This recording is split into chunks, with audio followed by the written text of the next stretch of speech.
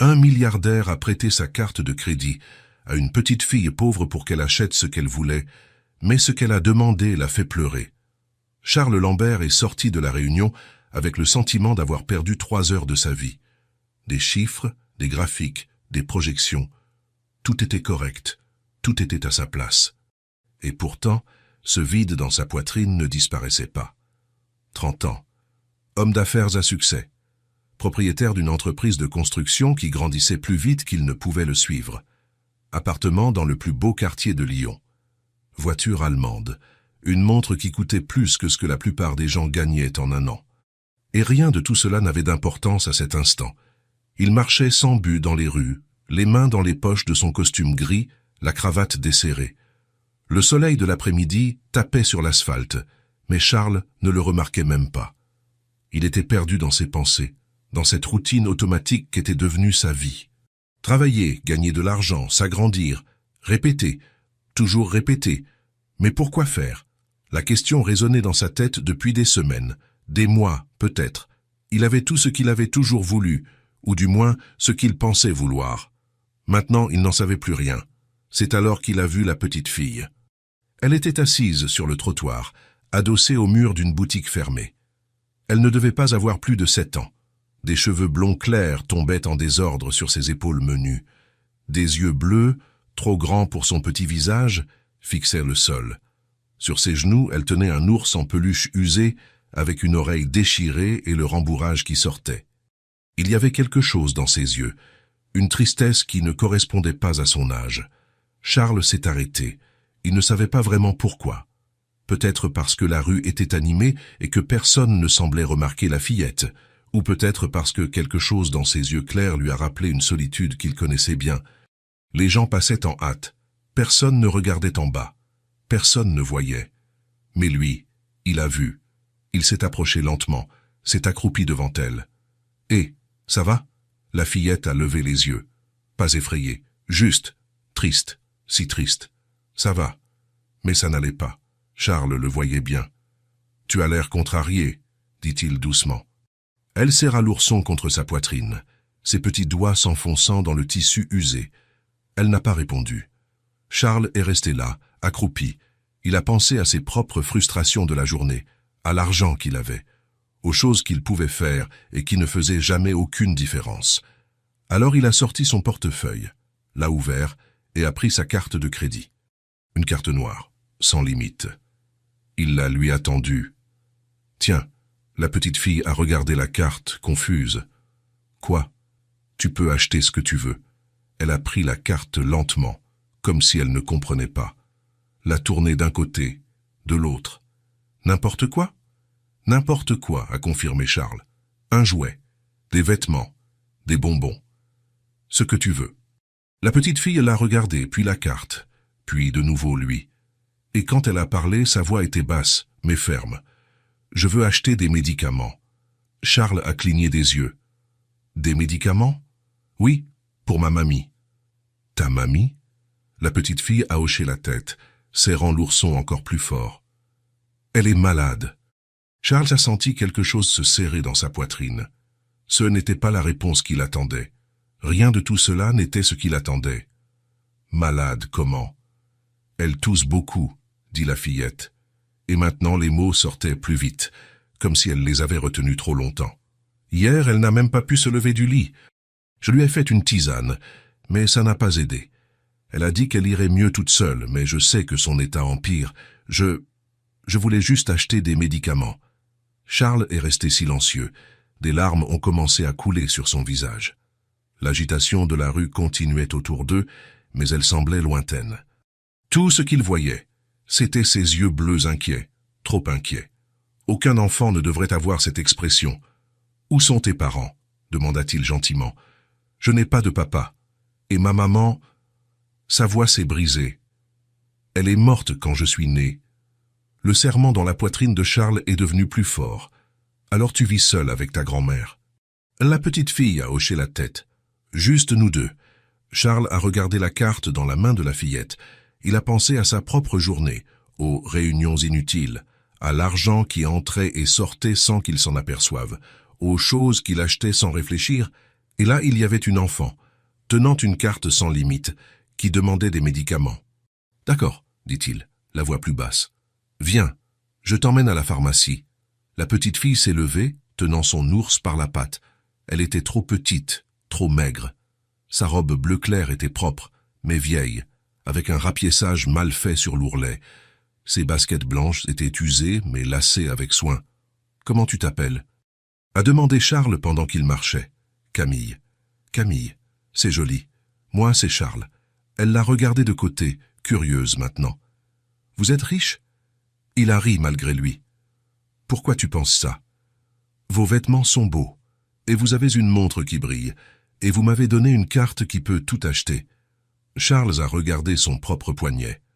La montre suisse qu'il avait achetée sans y penser à deux fois. « Oui, j'ai de l'argent. » « Alors pourquoi vous vous promenez tout seul dans la rue?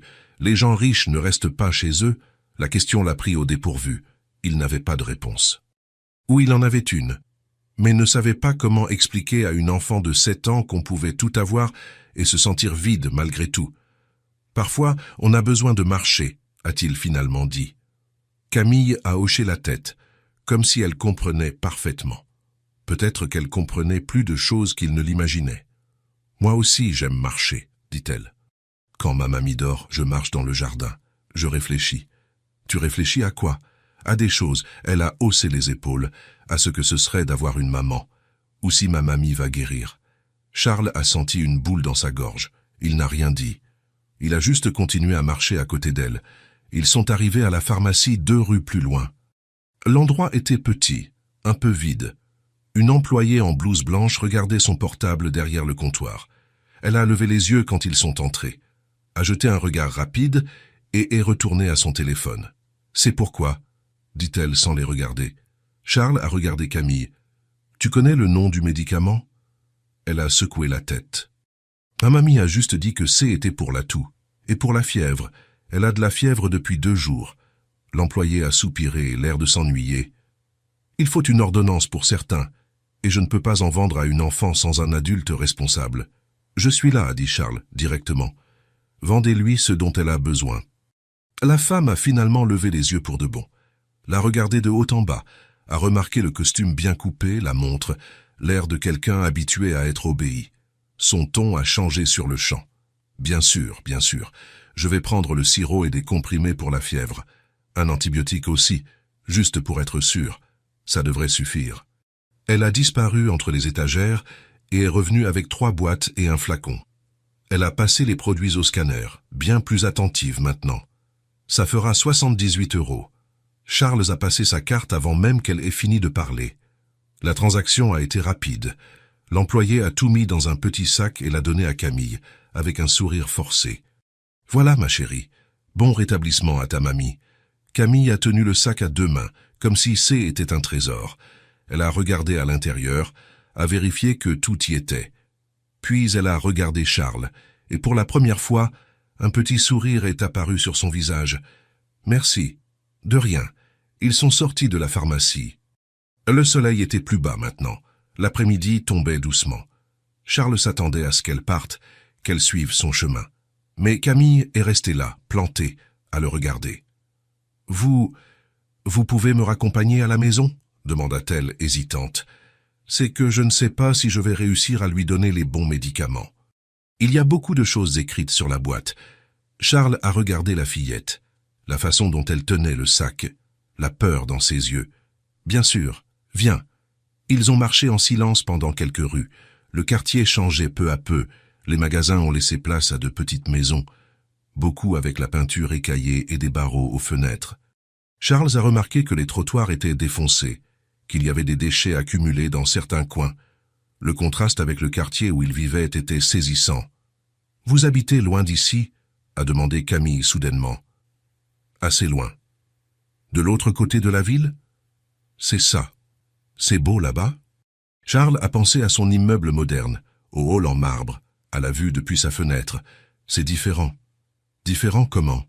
Il y a plus de choses, mais je ne sais pas si c'est plus beau. Camille a semblé satisfaite de la réponse. Elle a continué à marcher, donnant des coups de pied dans un caillou.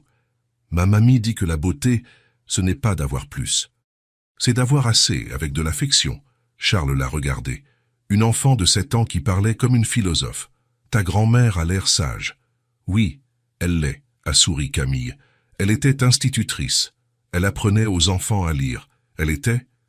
Maintenant elle fait des gâteaux. Ou elle en faisait... Sa voix est devenue plus basse. Avant de tomber malade, ils ont tourné à un autre coin de rue. Camille s'est arrêtée devant une maison au bout de la rue. Elle était petite, d'un seul étage, avec des murs blancs tachés par l'humidité. Le portail en fer était rouillé, mais ouvert. Un parterre de fleurs devant montrait des signes de soin, malgré tout. Des roses rouges, un peu fanées, mais encore vivantes. « C'est ici, dit-elle. » Charles a regardé la maison. Petite, oui, mais il y avait quelque chose.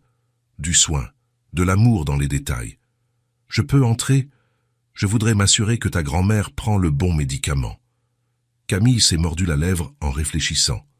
Puis elle a hoché la tête. « D'accord, mais elle n'aime pas beaucoup les inconnus. » Ils sont entrés. Le portail a grincé. La maison était encore plus petite à l'intérieur. Le salon était minuscule, mais bien rangé. Un vieux canapé en tissu fleuri, une petite table basse avec un apron en crochet jauni par le temps, une étagère avec quelques livres et quelques photos encadrées. Ça sentait la tisane à la camomille et quelque chose de sucré, comme si quelqu'un avait récemment fait un gâteau. Il y avait du soin ici. Même avec si peu, il y avait de l'amour. « Mamie ?» a appelé Camille, tout bas. Une voix faible est venue du couloir. « Camille, tu es revenue ?»« Je suis revenue. Et j'ai apporté les médicaments. » Il y a eu un silence. Puis, des pas traînants, lents. Une femme est apparue à la porte du couloir. Elle devait avoir une 60aine d'années, les cheveux grisonnants attachés en un chignon lâche, trop maigre, la peau pâle, avec des cernes profonds. Elle se tenait au mur pour s'appuyer, la respiration lourde et sifflante. Et quand elle a vu Charles debout là, au milieu du salon, elle a écarquillé les yeux. « Qui est cet homme ?» La voix était tendue, protectrice. « Il m'a aidé », a dit Camille en courant vers elle. « Il a acheté les médicaments, mamie. Regarde. » Elle a soulevé le sac. La femme a regardé Charles avec méfiance, puis sa petite fille, puis de nouveau lui. Tout son corps semblait tendu, prêt à protéger Camille. « Je n'ai demandé l'aide de personne, dit-elle, fermement malgré sa faiblesse. « Je sais, a dit Charles, levant les mains en un geste de paix. J'ai vu votre petite fille dans la rue. Elle était triste. J'ai offert mon aide. Elle voulait seulement des médicaments pour vous. » Françoise, il a supposé que C était son nom, a plissé les yeux, l'analysant. Puis elle a poussé un soupir fatigué et s'est assise sur le canapé, comme si ses jambes ne la supportaient plus. Sa main tremblait en la portant à son front. « Excusez-moi, dit-elle plus bas, c'est juste que je n'ai pas l'habitude de faire confiance aux inconnus. Mais merci, vraiment. »« Vous avez l'air très malade, » a dit Charles, s'asseyant sur le bord du fauteuil en face. « C'est juste une grosse grippe. » Ça ne ressemble pas juste à une grippe. Françoise a toussé, comme pour prouver son argument. Le son était horrible, lourd, coincé dans la poitrine, douloureux. Elle a porté la main à sa bouche, tout son corps se pliant sous l'effort. Camille a couru vers elle, a tenu le bras de sa grand-mère avec précaution. Quand la toux est passée, Françoise avait les larmes aux yeux. De douleur ou d'épuisement, Charles ne savait pas. « Je vais guérir », dit-elle, mais sa voix n'était pas convaincante. « Vous devez aller à l'hôpital. »« Je ne peux pas.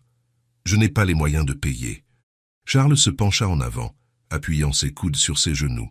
« Je paie. » Françoise a eu un petit rire, sans joie, amer. « Vous ne me connaissez pas.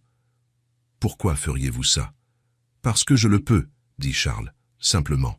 « Et parce que cette petite ne devrait pas avoir à se soucier de savoir si sa grand-mère se réveillera le lendemain. » Le silence est tombé lourdement entre eux. Camille était à côté de sa grand-mère, lui tenant la main fermement.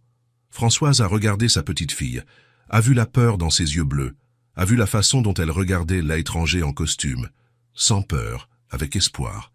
« On n'a pas besoin de la charité, » dit Françoise, mais sa voix était faible. « Ce n'est pas de la charité. » Charles s'est arrêté, choisissant ses mots.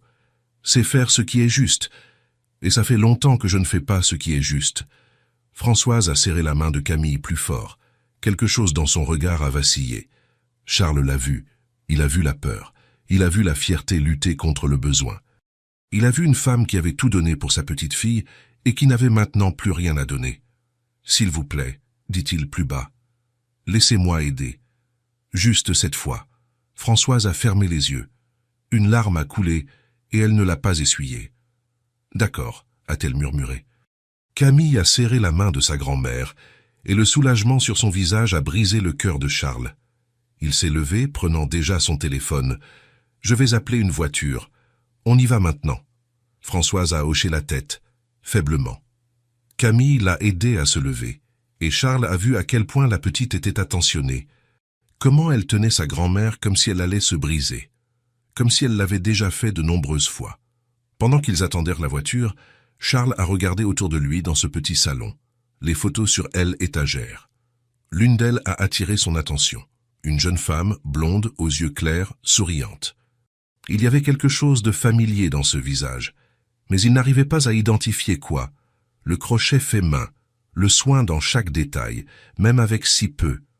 Cette maison avait plus de vie que son appartement, avec tous ses meubles design et sa vue sur la ville.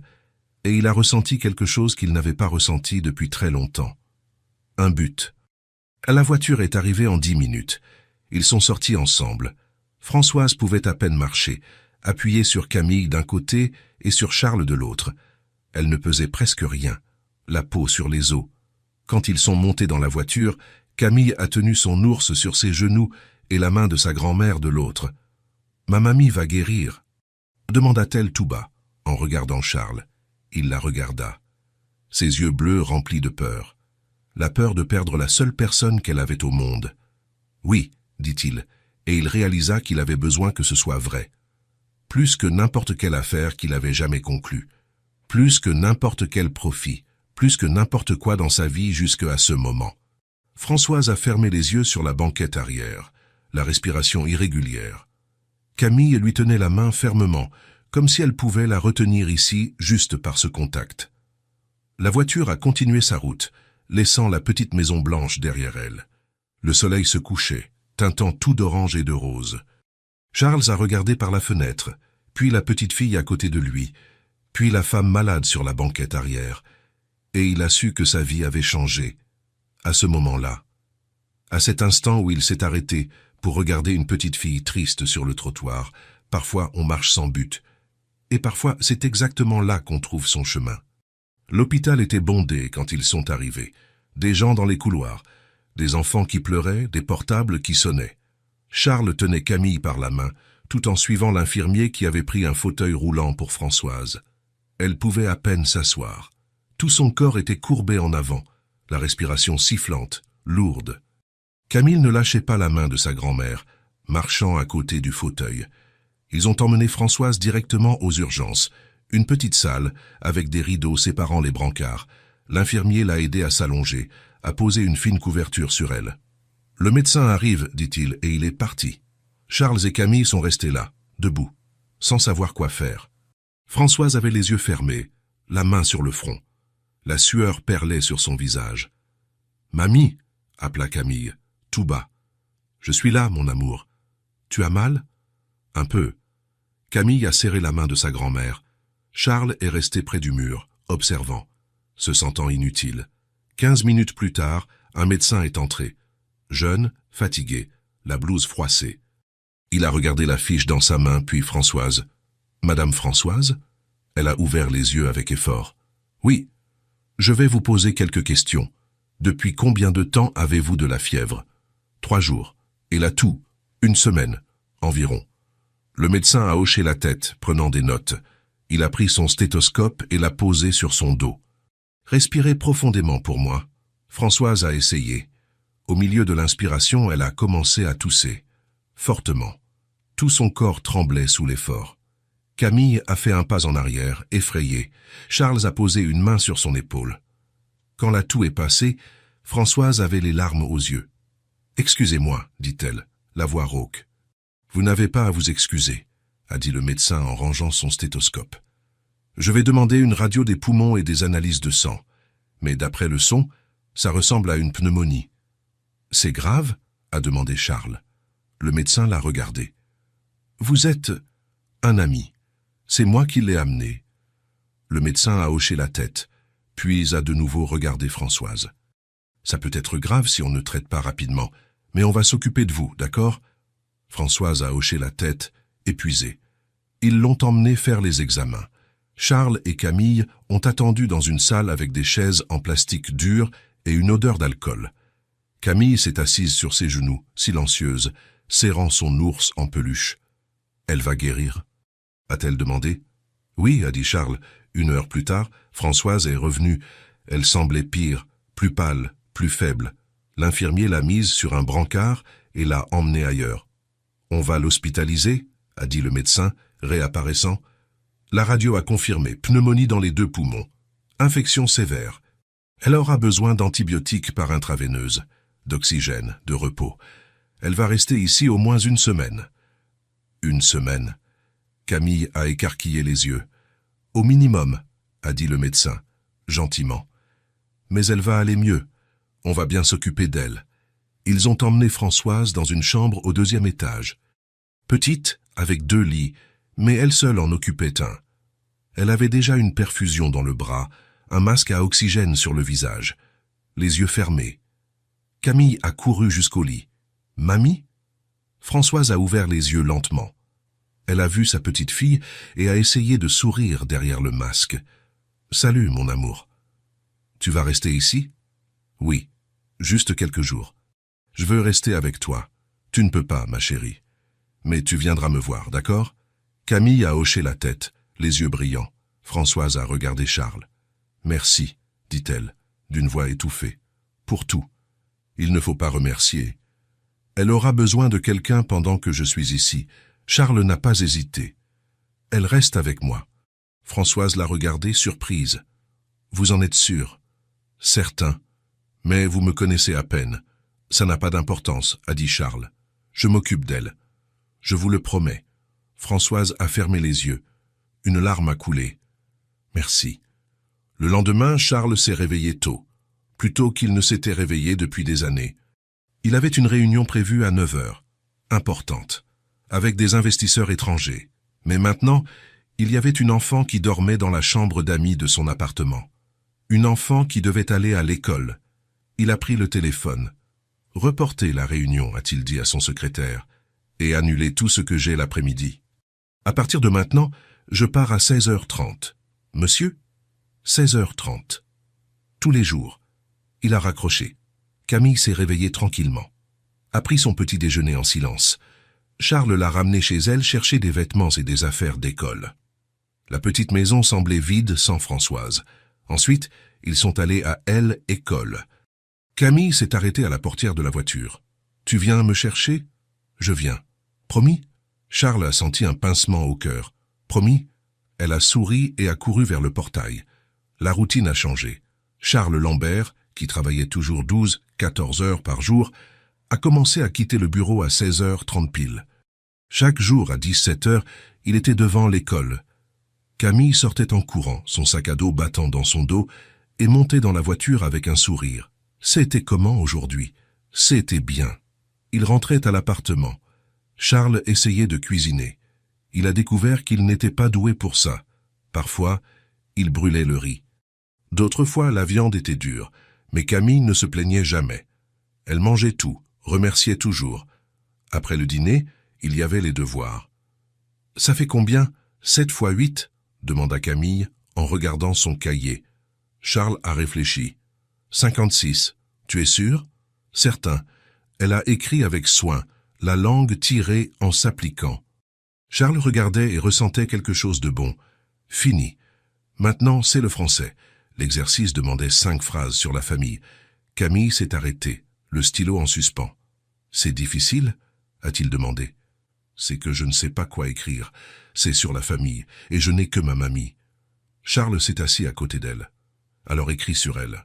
« Sur vous deux. » Camille a réfléchi. Puis elle a commencé à écrire. « Ma famille est petite. Il n'y a que moi et ma mamie. Elle est gentille et fait de bons gâteaux. Elle me lit des histoires avant de dormir. Je l'aime très fort. » Charles a lu par-dessus son épaule. Il a senti une boule dans sa gorge. C'est parfait. Camille a souri. Les jours ont passé. Charles a découvert que Camille se levait tôt, qu'elle aimait dessiner, qu'elle était calme, mais quand elle se sentait à l'aise, elle parlait beaucoup. Il a découvert qu'elle avait peur du noir. La troisième nuit, elle est apparue à la porte de sa chambre, tenant son ours en peluche. « Je peux dormir ici ?» Il l'a laissé faire. Elle a dormi sur le bord du lit, comme si elle ne voulait pas déranger. Le vendredi, Charles est parti plus tôt. Il a récupéré Camille à l'école et s'est arrêté devant un glacier. « Tu aimes la glace ?» Les yeux de Camille se sont illuminés. « J'adore. » « Quel parfum !»« Vanille. » Charles s'est arrêté. « Vanille ? Vraiment ? C'est le meilleur parfum, avec un coulis de caramel. » Charles a senti un sourire apparaître. « Moi aussi j'aime la vanille avec un coulis de caramel. » Camille a écarquillé les yeux. « Vraiment ? Vraiment. Tout le monde trouve ça bizarre, mais c'est le meilleur. Oui, les gens choisissent toujours le chocolat, mais la vanille c'est meilleur. Ils ont commandé 2 glaces identiques, grandes avec beaucoup de coulis. Ils se sont assis sur un banc à l'extérieur. C'était simple, ordinaire. Mais Charles ne se souvenait pas de la dernière fois où il s'était senti aussi léger. « Charles ? Camille a léché sa cuillère. Puis elle l'a regardé. « Vous êtes gentil. » Il s'est arrêté, la cuillère en l'air. Camille continuait de manger sa glace, mais il y avait un petit sourire sur son visage. Sincère. Charles a senti une chaleur dans sa poitrine. « Toi aussi tu es gentille, Camille. » Elle a levé les yeux, et son sourire s'est élargi. Ils ont fini leur glace en discutant, de leurs couleurs préférées, d'animaux, de rêves. « Je veux être maîtresse, » a dit Camille, « comme ma mamie. »« Ta grand-mère était maîtresse ?»« Oui, elle apprenait aux enfants à lire. Mais elle a arrêté quand ma maman est morte, pour s'occuper de moi. » Charles est resté silencieux. « Tu seras une excellente maîtresse. »« Tu crois ?»« J'en suis sûr. » Ils sont retournés à l'appartement. On fait les devoirs ensemble. Charles l'a aidé en mathématiques. Camille lisait les phrases à voix haute. Quand elle a eu fini, elle a fermé son cahier et s'est étirée. « On va voir ma mamie demain ?»« Oui. » « Elle va être contente ?»« Oui. » Camille a hoché la tête, satisfaite. S'est levée et, sans prévenir, a serré Charles dans ses bras, rapidement, fortement. « Bonne nuit. » Puis elle est partie en courant dans sa chambre. Charles est resté là, debout, la main encore en l'air, et il a souri. Parce que pour la première fois depuis longtemps, il était exactement là où il devait être. La première semaine est passée vite, plus vite que Charles ne s'y attendait. Lui et Camille ont établi une routine. Se réveiller, petit déjeuner, école, travail pour lui, cours pour elle. À 17h, il était toujours devant le portail. Dîner, devoirs, histoires avant de dormir. Et peu à peu, Camille s'est ouverte. Au début, elle était silencieuse, polie, mais distante. Elle répondait quand il posait des questions, mais ne parlait pas beaucoup d'elle-même. Charles respectait cela. Il comprenait. Elle était chez un inconnu, loin de sa grand-mère, essayant de comprendre ce qui se passait. Mais la deuxième semaine, quelque chose a changé. Était un mardi. Camille dessinait à la table du salon pendant que Charles travaillait sur son ordinateur portable. Il avait ramené du travail à la maison, essayant de compenser les heures qu'il ne passait plus au bureau. « Charles ?» appela-t-elle, sans lever les yeux de son papier. « Je peux te dire un secret ?» Il a arrêté de taper, l'a regardé. « Oui. » Camille a continué à dessiner, un crayon de couleur rose à la main. « J'ai peur que ma mamie ne revienne pas. » Charles a senti sa poitrine se serrer. « Elle va revenir. Je sais que tu dis ça. » Mais si ce n'est pas vrai, il a fermé son ordinateur portable, s'est levé et s'est approché de la table, s'asseyant sur la chaise à côté d'elle. « Camille, regarde-moi. » Elle a levé les yeux, bleus, grands, remplis de peur. « Ta grand-mère va revenir, » dit-il fermement. « Les médecins s'occupent d'elle. Elle va mieux. J'appelle là-bas tous les jours, et on lui rend visite le week-end. Tu l'as vue. Elle va mieux. Mais elle a l'air si fatiguée. Elle récupère. Ça prend du temps. Mais elle va rentrer à la maison, je te le promets. » Camille l'a regardé pendant un long moment, puis a hoché la tête lentement. « D'accord, je te fais confiance. » Ces mots ont pris Charles par surprise. « Je te fais confiance. Quand était-ce la dernière fois que quelqu'un lui avait dit ça? Quand était-ce la dernière fois qu'il avait mérité cette confiance? Merci, dit-il, tout bas. Camille s'est remise à dessiner. Mais maintenant, il y avait un petit sourire sur son visage. Après ce jour-là, elle a commencé à parler davantage. Elle racontait des choses sur l'école, sur la maîtresse qui était gentille mais parlait trop fort, sur le garçon qui tirait les cheveux des filles dans la cour de récréation, sur sa meilleure amie, Sophie, qui avait les cheveux bouclés et riait de tout. Sophie a dit que j'ai changé, a commenté Camille un jeudi, pendant qu'il mangeait des pâtes à la sauce que Charles avait essayé de faire et qui n'étaient pas si mauvaises que ça. Changer comment? Plus heureuse, elle a dit. Charles a arrêté de manger. Et tu l'es, plus heureuse? Camille a réfléchi, mâchant lentement. J'avais très peur. Peur que ma mamie meure. Peur de rester seule. Mais maintenant, elle a haussé les épaules. J'ai encore peur, mais moins. Pourquoi? Parce que tu es là. Et tu as promis que tu prendrais soin de moi jusqu'à ce que ma mamie revienne. Charles a senti une boule dans sa gorge. Ne faisant pas confiance à sa propre voix, il a simplement hoché la tête. Camille a souri et a recommencé à manger. Le soir, elle a commencé à lui demander de lire des histoires avant de dormir. Au début, Charles ne savait pas comment faire. Il n'avait jamais lu pour un enfant, mais Camille avait quelques livres qu'ils avaient ramenés de chez elle. Des histoires de princesses, d'animaux qui parlent, d'aventures. Au début, Charles lisait avec une voix un peu hésitante, maladroite. Mais Camille s'en fichait. Elle se blottissait sous la couverture, serrant son ours en peluche et écoutait attentivement. « Tu lis différemment de ma mamie », a-t-elle commenté un soir. « Différemment comment ?» Elle fait des voix différentes pour les personnages. « Toi, tu lis normalement. » Charles a ri. « Désolé, je ne sais pas faire de voix. »« Ce n'est pas grave, » a dit Camille. « J'aime bien comment tu lis. » Et chaque soir, avant de quitter la chambre, elle disait « Bonne nuit, Charles ». Et il répondait « Bonne nuit, Camille ». Petit, simple, mais ça signifiait tout. Pendant la semaine, Camille a commencé à confier plus de secrets, de petites choses, comme sa peur de l'orage, comme le fait qu'elle n'aimait pas les petits pois mais en mangeait quand même, parce que sa grand-mère disait que C était important, comme son rêve d'avoir un chien un jour, même si elle savait que ce n'était pas possible. « Pourquoi ce n'est pas possible ?» a demandé Charles un après-midi, alors qu'elle dessinait et qu'il faisait semblant de travailler. « Parce qu'un chien a besoin d'espace, et de nourriture, et d'un vétérinaire, et on n'a pas d'argent pour ça. » La naturalité avec laquelle elle a dit cela a fait s'arrêter Charles. 7 ans et elle comprenait déjà les limitations financières. Elle avait déjà appris à ne pas demander. « Un jour, tu auras un chien, » a-t-il dit. « Tu crois ?»« J'en suis sûr.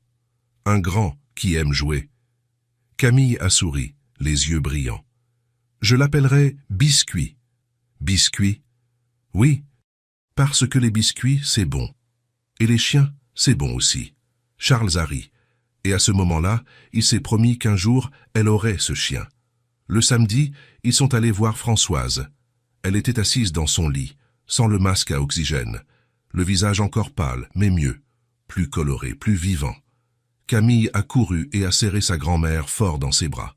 « Mamie, tu vas mieux ?»« Oui, mon amour. » Françoise a passé la main dans les cheveux blonds de sa petite fille. « Beaucoup mieux. »« Les médecins ont dit que tu pourrais bientôt sortir ?»« Dans quelques jours, si tout continue à bien aller. » Camille a souri, soulagée, s'est assise sur le bord du lit et a commencé à tout raconter. Et l'école, les devoirs, la glace à la vanille, les dessins qu'elle avait faits. Françoise écoutait tout en souriant, mais Charles a remarqué qu'elle ne regardait pas seulement sa petite fille. Elle le regardait aussi, observant, analysant. Au bout d'un moment, Camille est sortie dans le couloir pour boire à la fontaine à eau. Françoise en a profité. « Asseyez-vous » dit-elle en tapotant la chaise à côté du lit. Charles s'est assis. Françoise est restée silencieuse un instant, le regardant simplement. Puis elle a parlé, la voix encore faible mais chargée de émotion. Elle a recommencé à sourire. Charles a regardé vers la porte par où Camille était sortie. « C'est une fille forte. »« Oui. »« Mais ce n'est pas que ça, » a poursuivi Françoise. « Vous lui faites du bien. » Charles a secoué la tête. « Je ne fais que m'occuper d'elle jusqu'à ce que vous reveniez. »« Non, C'est plus que ça. Françoise a pris sa main, le surprenant. Je connais ma petite fille. Je voyais le poids qu'elle portait, la peur dans ses yeux chaque nuit. Elle me demandait si j'allais me réveiller le lendemain. Charles a senti quelque chose se serrer dans sa poitrine. Mais maintenant, elle est différente, a continué Françoise. Elle rit. Elle raconte des histoires. Ses yeux, ils brillent à nouveau. C'est vous qui lui avez donné ça, la sécurité, la confiance. Vous lui avez montré qu'elle n'est pas seule. Charles ne savait pas quoi dire. Il a regardé ses propres mains. J'ai juste fait ce qui était juste. Et combien de personnes font ce qui est juste? Françoise a serré sa main. Combien de personnes mettraient leur vie entière entre parenthèses pour une enfant inconnue? Elle n'est plus une inconnue. Françoise a souri. Non, en effet. Et vous n'êtes plus un inconnu non plus. Pas pour elle, et pas pour moi. Camille est revenue en courant, sautant sur le lit avec précaution. « Mamie, je t'ai apporté un dessin. »« Ah oui? Laisse-moi voir. » Camille a sorti le papier plié de sa poche. C'était un dessin de 3 personnes. Une femme plus âgée, une petite fille et un homme grand, tous se tenant la main. Un énorme soleil jaune brillant dans le coin. Des fleurs par terre. Françoise a regardé le dessin, puis sa petite fille, puis Charles, les yeux brillants. « Il est magnifique, mon amour. C'est nous, » a expliqué Camille en montrant chaque personnage. « Toi, moi et Charles. Quand tu reviendras, on ira se promener ensemble. »« Ouais, on ira, » qu'a dit Françoise, la voix étranglée par l'émotion. Elle a tenu le dessin avec soin, regardant chaque détail, les 3 personnages se tenant la main, souriant. Charles a regardé ce dessin et a senti quelque chose changer en lui, quelque chose de profond. Quand ils ont quitté l'hôpital, Camille lui a tenu la main sur le chemin de la voiture. C'était la première fois qu'elle le faisait sans être effrayée ou triste. Elle a juste tenu sa main, naturellement, comme si était la chose la plus normale du monde. « Charles, merci de t'occuper de moi. » Il a serré sa petite main. « Tu n'as pas à me remercier. »« Si, je dois. Tu n'étais pas obligé de faire tout ça. Mais tu l'as fait. » Charles s'est arrêté. S'est accroupi devant elle, là, au milieu du parking. « Camille, je veux que tu saches une chose. Je ne fais pas ça parce que je dois le faire. Je le fais parce que je le veux. Parce que tu es spécial. D'accord ?» Elle l'a regardé avec ses immenses yeux bleus, puis a jeté ses bras autour de son cou et l'a serré fort. Charles l'a serré en retour. Et il a réalisé que cette petite fille, avec son vieil ours en peluche et ses yeux tristes, avait tout changé. Elle avait donné un but à sa vie. Elle l'avait fait se soucier à nouveau. Le téléphone a sonné un mercredi matin. Charles préparait des toasts pour Camille quand il a vu le numéro de l'hôpital sur l'écran. Il a répondu rapidement. « Allô? Monsieur Lambert? C'est l'infirmière. Madame Françoise peut sortir aujourd'hui. Pouvez-vous venir la chercher ?» Charles a senti un immense soulagement l'envahir. « Oui, à quelle heure? »« À partir de 14 heures. J'y serai. » Il a raccroché et a regardé Camille, qui mâchait son toast lentement, les yeux fixés sur lui. Elle s'était arrêtée au milieu d'une bouchée, tout son corps tendu dans l'attente. « C'était l'hôpital » demanda-t-elle, la voix pleine d'espoir. « Oui, ta grand-mère peut sortir. On va la chercher aujourd'hui. » Pendant une seconde, Camille est restée immobile, en train d'assimiler.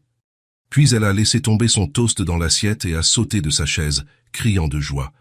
Accourut dans le salon, les bras ouverts, riant aux éclats. Accourut vers Charles et l'a serré par la taille. Elle rentre à la maison. Charles a ri aussi, la prenant dans ses bras et la faisant tourner. Oui, aujourd'hui même. Camille a enfoui son visage dans son épaule, et Charles a senti son t-shirt devenir humide. Elle pleurait, mais pas de tristesse, de pur soulagement. « Hé, dit-il doucement, tout va bien maintenant. Je sais, dit-elle entre 2 sanglots. J'avais juste tellement peur. Charles l'a serré plus fort, et il a compris le poids que cette petite enfant avait porté seule. C'est fini, elle va bien. Et elle rentre à la maison. La journée s'est éternisée. Camille a eu du mal à se concentrer à l'école. La maîtresse a envoyé un mot disant qu'elle avait passé la journée à regarder par la fenêtre, en souriant toute seule.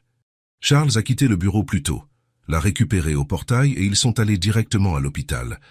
Françoise était assise dans un fauteuil roulant dans le hall, un petit sac sur les genoux. Elle avait repris des couleurs, les yeux plus vifs, la posture plus droite, encore mince, encore fatiguée, mais vivante. « Mamie !» Camille a lâché la main de Charles et a couru, se jetant dans les bras de sa grand-mère. « Mon amour !» Doucement, Françoise a ri, serrant sa petite fille avec force.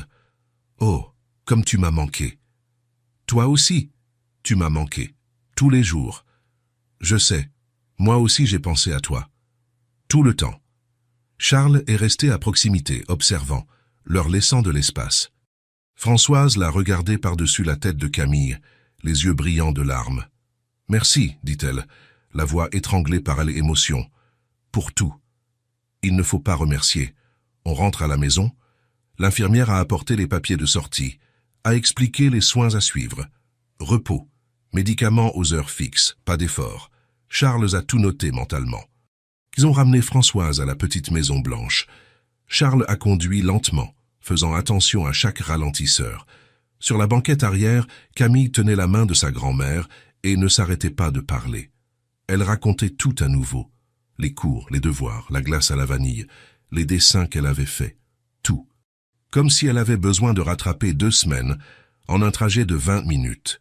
Françoise écoutait tout en souriant. De temps en temps, elle regardait Charles dans le rétroviseur et il y avait quelque chose dans son regard, de la gratitude et de la reconnaissance. Quand ils sont arrivés, Charles a aidé Françoise à sortir de la voiture. Elle a essayé de se lever seule, mais ses jambes ont tremblé. Il l'a tenue par le bras, fermement, doucement. « J'y arrive, » dit-elle, têtue. « Je sais que vous y arrivez, mais vous n'avez rien à prouver. » Françoise l'a regardé et a souri. L'a laissé l'aider. Ils sont entrés dans la maison. Tout était exactement comme il l'avait laissé. Le petit salon, le canapé fleuri, la table basse avec le napperon en crochet. Mais il manquait de la vie. Françoise s'est assise sur le canapé et a soupiré profondément, comme si elle rentrait chez elle après des années. A fermé les yeux et a juste respiré. « Ça m'avait manqué, dit-elle tout bas. » Camille s'est assise à côté de sa grand-mère et a posé sa tête sur son épaule. Françoise a passé la main dans les cheveux blonds de sa petite fille, doucement. Charles est resté debout près de la porte, un peu perdu. Il ne savait pas s'il devait partir ou rester. Mais avant qu'il ne se décide, Françoise a parlé sans ouvrir les yeux. « Vous n'allez pas déjà partir, n'est-ce pas ? » Je pensais que vous voudriez être seule. » Françoise a ouvert les yeux et l'a regardé. « Restez un peu, s'il vous plaît. » Charles a regardé Camille. Elle a hoché la tête. « Reste, tonton Charles. » Il a de nouveau senti ce pincement au cœur. « Tonton Charles, naturellement. »« D'accord. Je reste. » Il s'est assis dans le fauteuil. Ils sont restés là tous les trois, à discuter. Françoise a posé des questions sur tout. Comment ça avait été de s'occuper de Camille? Si elle avait bien mangé, si elle avait été difficile? Elle a été parfaite, a dit Charles. Plus polie que beaucoup d'adultes que je connais. Camille a souri, fière. J'ai aidé pour tout. J'ai fait la vaisselle, fait mon lit, fait mes devoirs toute seule. C'est vrai, a confirmé Charles. Françoise a regardé sa petite fille avec une telle fierté que ses yeux se sont remplis de larmes. Tu es une fille spéciale, Camille. Puis elle a regardé Charles, et il y avait quelque chose de plus dans son regard maintenant. Vous avez créé un lien. Ce « n'était pas une question. Oui, a acquiescé Charles. Et maintenant, a demandé Françoise. Maintenant que je suis revenu, vous allez disparaître? La question a pris Charles par surprise. Non, a-t-il dit rapidement. Si vous le voulez, je continuerai à venir. On veut, a dit Camille en sautant sur le canapé. Il faut que tu continues à venir. Françoise a souri. Alors c'est décidé. Les jours suivants, Charles a créé une nouvelle routine. Le matin, il se levait tôt, passait au supermarché et achetait de la nourriture. Du pain frais, du lait, des fruits, de la viande, des légumes. Il apportait tout chez Françoise avant d'aller travailler. Au début, Françoise a essayé de refuser. « Charles, vous n'avez pas besoin de faire ça. Ça doit coûter une fortune. On se débrouille. » « Je sais que vous vous débrouillez, a dit Charles en rangeant les courses dans le frigo, mais je veux aider. C'est beaucoup, c'est trop. Non, pour moi, ce n'est rien. Et pour vous, ça fait une différence. Alors laissez-moi faire, s'il vous plaît. » Françoise l'a regardé pendant un long moment, a vu la sincérité dans ses yeux. « D'accord, dit-elle, la voix basse. « Merci. » Après le travail, il passait chez elle. Tous les jours, sans exception. Parfois, il restait pour dîner. Françoise S. était remise à cuisiner, doucement, et sa cuisine était 1000 fois meilleure que tout ce que Charles arrivait à faire. Il mangeait et la complimentait, et Françoise souriait, satisfaite. D'autres fois, il ne faisait qu'un saut rapide. Juste pour voir si tout allait bien. Si Françoise avait pris ses médicaments, si Camille avait fait ses devoirs, et il a commencé à aider avec tout ce qui était nécessaire. Il a réparé le portail qui ne fermait pas bien, a changé 3 ampoules grillées, a repeint le mur de la chambre de Camille, qui s'écaillait, a acheté de la peinture jaune, sa couleur préférée, et a passé tout le samedi à peindre pendant que Camille restait à la porte en donnant son avis. Plus à gauche. Non, maintenant c'est de travers.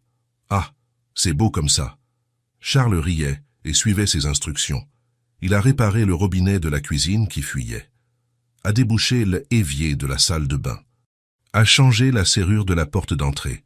De petites choses, des choses dont la maison avait besoin depuis longtemps. « Vous n'avez pas besoin de faire tout ça », a dit Françoise un jour, en le voyant par terre dans la cuisine, en train de réparer le robinet. « Je sais, mais j'en ai envie. » Pourquoi ? Charles s'est arrêté, l'a regardé, puis a regardé la maison autour de lui.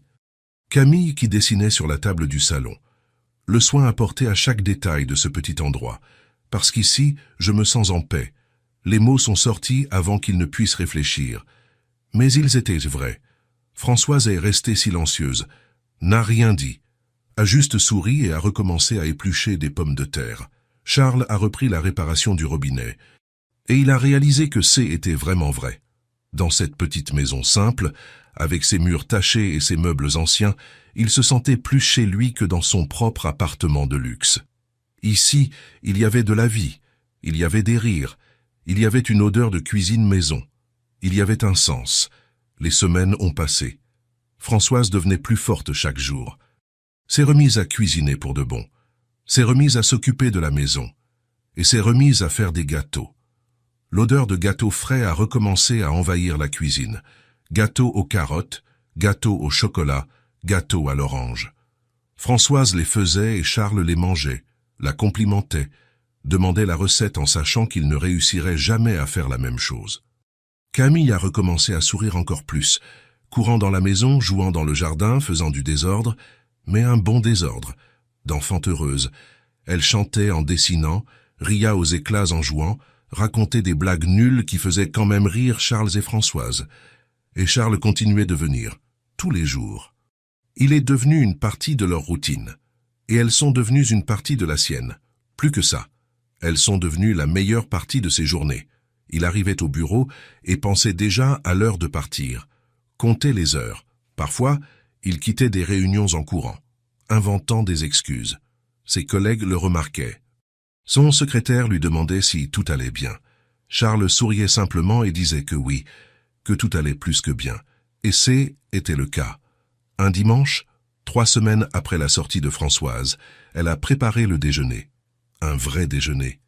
Poulet rôti avec des pommes de terre et des légumes, une salade fraîche. Toute la maison sentait la cuisine familiale. Charles avait apporté un dessert de la pâtisserie, un fraisier qui coûtait une fortune, mais qui valait chaque centime quand il a vu les yeux de Camille briller. Ils se sont assis tous les 3 à la petite table de la cuisine. Était serré. Charles était trop grand, la table était trop petite, mais d'une manière ou d'une autre, ça fonctionnait. Était confortable. Françoise a servi les assiettes avec soin. Camille parlait sans arrêt, racontant l'école, son amie Sophie qui était tombée dans la cour mais n'avait pas pleuré, le dessin que la maîtresse avait accroché au mur. Charles écoutait tout, souriait, posait des questions, se sentait faire partie de tout ça d'une manière qu'il n'avait jamais ressentie auparavant. Ils étaient au milieu du déjeuner quand c'est arrivé. « Tonton Charles, tu peux me passer le sel ?» a demandé Camille, naturellement, sans réfléchir. Le silence est tombé, pas un silence inconfortable, mais un silence chargé. Charles s'est arrêté, la fourchette en l'air, l'a regardé. Camille a pris la salière qu'il lui a passée automatiquement, sans réaliser le poids de ce qu'elle venait de dire. a mis du sel sur sa nourriture et a recommencé à manger, continuant à parler. Mais Charles l'a senti, a senti une chaleur dans sa poitrine, quelque chose qui montait dans sa gorge et brûlait derrière ses yeux.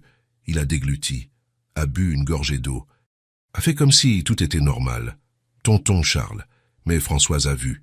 Françoise voyait toujours tout. Elle l'a regardé par-dessus la table, a vu la façon dont il détournait le regard, a vu l'émotion qu'il essayait de cacher, et elle a souri. Un petit sourire, doux, plein de compréhension. Ils ont fini de manger. Camille, pleine d'énergie, est sortie en courant dans le jardin. Voulait jouer avant le dessert, profiter du soleil de l'après-midi. Charles a aidé Françoise à débarrasser, a amené les assiettes à l'évier. Elle a commencé à faire la vaisselle et il essuyait, l'un à côté de l'autre, dans un silence confortable. « Vous avez entendu ?» a demandé Françoise soudainement, tout bas. « J'ai entendu », a dit Charles, en essuyant une assiette. Et Charles s'est arrêté, a regardé l'assiette dans sa main. Je ne sais pas quoi en penser. « Ça vous a rendu heureux », a dit Françoise. Ce « N » était pas une question. « Oui », a-t-il admis, car il ne servait à rien de le nier. Françoise a arrêté de faire la vaisselle.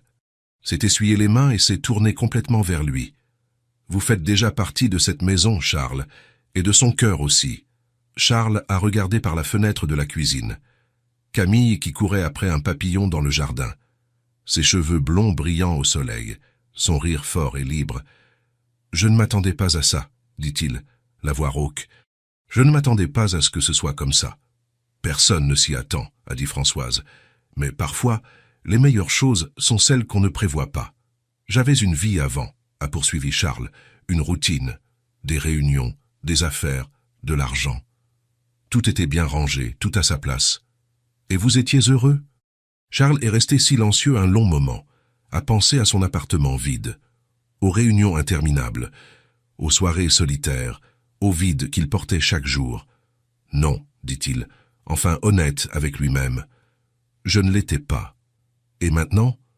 Il la regarda, puis Camille à travers la fenêtre, puis la petite maison autour de lui, avec ses murs imparfaits et ses meubles anciens, avec son odeur de gâteau et le bruit du rire d'un enfant. Maintenant, je le suis. Françoise a posé la main sur son bras. Un contact doux. Alors restez. Pas besoin d'habiter ici. Pas besoin de changer toute votre vie. Mais restez dans sa vie. Dans notre vie. Parce que vous faites une différence. Charles sentit ses yeux le piquer, a cligné rapidement. N'a pas pleuré, mais presque. Je veux rester, dit-il, la voix ferme. Je veux faire partie de ça. Alors restez. C'est aussi simple que ça. Camille est revenue en courant, en sueur, les joues roses, les yeux brillants. Tonton Charles, viens voir le papillon que j'ai trouvé. Il est jaune. Charles a regardé Françoise. Elle a hoché la tête en souriant. Il est sorti et a suivi Camille dans le jardin. Elle a montré le papillon posé sur une rose rouge, jaune avec des taches noires. Délicat. Il est beau, n'est-ce pas? Oui, a convenu Charles en s'accroupissant à côté d'elle. Mamie dit que les papillons signifient le changement, a dit Camille, que quand il y en a un qui apparaît, c'est que quelque chose va changer. Charles a regardé le papillon, puis la petite fille à côté de lui. Ta grand-mère a raison. Quelque chose va changer? Je crois que ça a déjà changé, a dit Charles doucement. Qu'est-ce qui a changé? Charles a souri. Lui a ébouriffé les cheveux. Tout, Camille, tout a changé. Elle n'a pas tout à fait compris, mais a souri en retour et s'est remise à regarder le papillon. Charles est resté là, accroupi dans le jardin de cette petite maison, regardant une fillette de 7 ans s'émerveiller devant un papillon jaune. Et il a réalisé qu'il avait trouvé ce qu'il avait toujours cherché sans le savoir. Un endroit où appartenir, une raison de se lever le matin, une famille, pas de sang, mais de choix. Et le choix valait plus. Le papillon a ouvert ses ailes et s'est envolé. Camille lui a fait au revoir de la main. « Au revoir, papillon. Reviens vite. » Puis elle a pris la main de Charles, naturellement. « On va manger le dessert? J'ai de nouveau faim. » Charles a ri. « Allons-y. » Ils sont rentrés ensemble, main dans la main. Françoise était dans la cuisine, coupant le gâteau, mettant les parts dans de petites assiettes. Elle les a regardés entrer ensemble et a souri. Venez, c'est prêt. Ils se sont de nouveau assis tous les trois. On mangeait du gâteau, on discutait, on rit. Camille a léché la crème sur son doigt. Françoise l'a grondé gentiment, mais en riant. Charles a mangé 2 parts et a dit que C était le meilleur gâteau qu'il ait jamais goûté. Et Charles a compris, avec chaque cellule de son corps, que C était sa place. Là, à cette table. Avec ces personnes, aussi simple que ça. Et aussi parfait que ça. C'est un vendredi après-midi que c'est arrivé. Charles était passé chez elle après le travail, comme il le faisait toujours. Il a trouvé Camille à la table du salon, entourée de crayons de couleur, de feuilles éparpillées partout, la langue tirée en signe de concentration. « Qu'est-ce que tu fabriques » a-t-il demandé en posant sa mallette sur le canapé. « Un dessin, dit-elle, sans lever les yeux. Mais tu ne peux pas encore regarder. C'est une surprise. » « Une surprise? Pour qui ?»« Secret. » Charles a souri, l'a laissé travailler. Est allé dans la cuisine où Françoise préparait le dîner. Une odeur de poulet rôti emplissait la maison. « Qu'elle est là depuis 1 heure » a dit Françoise en remuant le riz sur le feu. Elle n'a même pas voulu goûter. Elle a dit qu'elle devait finir quelque chose d'important. Important comment? Françoise a haussé les épaules, mais il y avait un sourire sur son visage. Vous verrez. Ils ont dîné tous les 3 comme c'était devenu une habitude. Camille a mangé vite, pressée, les yeux brillants d'excitation. Dès qu'elle a eu fini, elle a sauté de sa chaise. « Je reviens tout de suite. » Elle est partie en courant dans sa chambre. Charles et Françoise ont échangé un regard. « Elle prépare quelque chose, a-t-il dit. »« Toujours, » a ri Françoise. Camille est revenue en tenant un papier plié contre sa poitrine. S'est arrêtée devant Charles, soudainement timide, ses pieds nus s'agitant sur le sol. « J'ai fait quelque chose pour toi. » Charles a senti quelque chose se serrer dans sa poitrine. « Ah oui ?» Elle a hoché la tête, lui a tendu le papier, toujours plié. « Tu peux l'ouvrir. » Charles l'a pris avec précaution, l'a déplié lentement. Et c'est figé. C était un dessin. Fait au crayon de couleur, des traits maladroits mais appliqués. 2 personnages se tenant la main. Un grand, en costume cravate. Un petit, avec de longs cheveux jaunes. Derrière eux, un énorme soleil jaune. Des fleurs colorées par terre, des oiseaux dans le ciel. Et en haut, en grandes lettres soignées, écrites au crayon bleu, « Tu es mon ami ». Charles est resté à regarder le dessin. Il ne pouvait pas parler. Quelque chose s'était coincé dans sa gorge. Ses yeux le piquaient. « Tu aimes ?» demanda Camille, anxieuse. « J'ai essayé de te faire très beau. J'ai même dessiné la montre. Et j'ai fait des fleurs parce que tu as dit que tu aimes les fleurs. » Charles n'avait jamais dit qu'il aimait les fleurs, mais d'une manière ou d'une autre, elle l'avait remarqué, avait noté la façon dont il regardait le parterre de fleurs en arrivant. Comment il s'arrêtait pour regarder les roses rouges. Sa voix s'est brisée. Il s'est raclé la gorge. « Je l'adore, Camille. Vraiment? Ce n'est pas moche ?»« C'est parfait, » dit-il, et C était vrai. C était le plus beau dessin qu'il ait jamais vu. « Je peux le garder ?» Ses yeux se sont illuminés. « Bien sûr, je l'ai fait pour toi. » Elle a jeté ses bras autour de son cou, le serrant fort. Charles l'a serré en retour, tenant le dessin avec soin pour ne pas le froisser. « Merci, dit-il tout bas. Vraiment. De rien, tonton Charles. » Elle l'a lâché et est repartie en courant, probablement pour jouer dans le jardin avant la tombée de la nuit. Charles est resté là, assis, à regarder le dessin, à passer son doigt sur les lettres. « Tu es mon ami. » 4 mots simples qui pesèrent des tonnes. Françoise s'est assise sur la chaise à côté de lui. Est restée silencieuse un moment, observant simplement. Elle a passé tout l'après-midi à le faire, dit-elle doucement. Elle a effacé et recommencé plusieurs fois. Elle voulait qu'il soit parfait. « Il l'est, » a dit Charles, la voix rauque. « Elle n'appelle pas n'importe qui d'ami, » a poursuivi Françoise. « Elle est prudente avec ça. Elle l'a toujours été.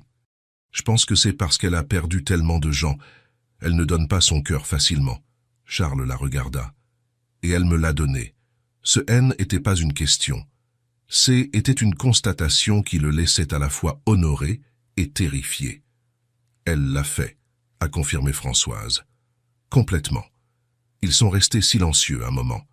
Dehors, on entendait Camille chanter doucement en jouant. « Je peux vous demander quelque chose ?» a dit Charles soudainement. « Bien sûr. Comment en êtes-vous arrivé là, dans cette maison, dans cette vie? Vous et Camille. Françoise a soupiré, a regardé ses propres mains, des mains âgées, marquées par le temps et le travail. C'est une longue histoire. J'ai le temps. Elle l'a regardé, a vu la sincérité, une curiosité authentique, pas de la pitié, pas de jugement, juste un réel intérêt. J'ai été institutrice pendant 30 ans, a-t-elle commencé, la voix douce mais ferme. En école primaire, des enfants de 6, 7 ans. L'alphabétisation, était ma passion. Se lever chaque jour et apprendre aux enfants à lire, à écrire, à découvrir le monde à travers les mots. Charles écoutait attentivement. J'adorais ça, a poursuivi Françoise, un sourire nostalgique sur le visage. Chaque enfant qui apprenait à assembler les lettres, qui réussissait à lire son premier mot seul, c'était magique. Chaque année, pendant 30 ans. J'ai vu des centaines d'enfants grandir. Vous avez arrêté d'enseigner? J'ai arrêté, a-t-elle hoché la tête.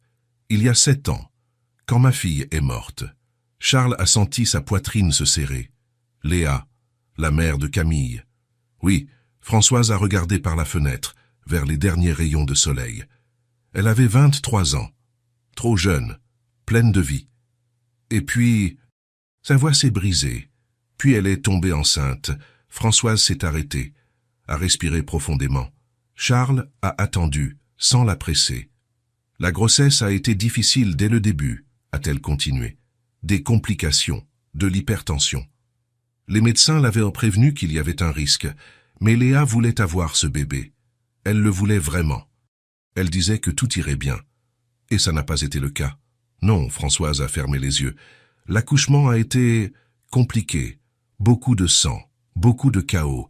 Ils ont réussi à sauver le bébé. Camille est née parfaite, en bonne santé, magnifique. Mais Léa, elle n'a pas survécu. Le silence est tombé lourdement.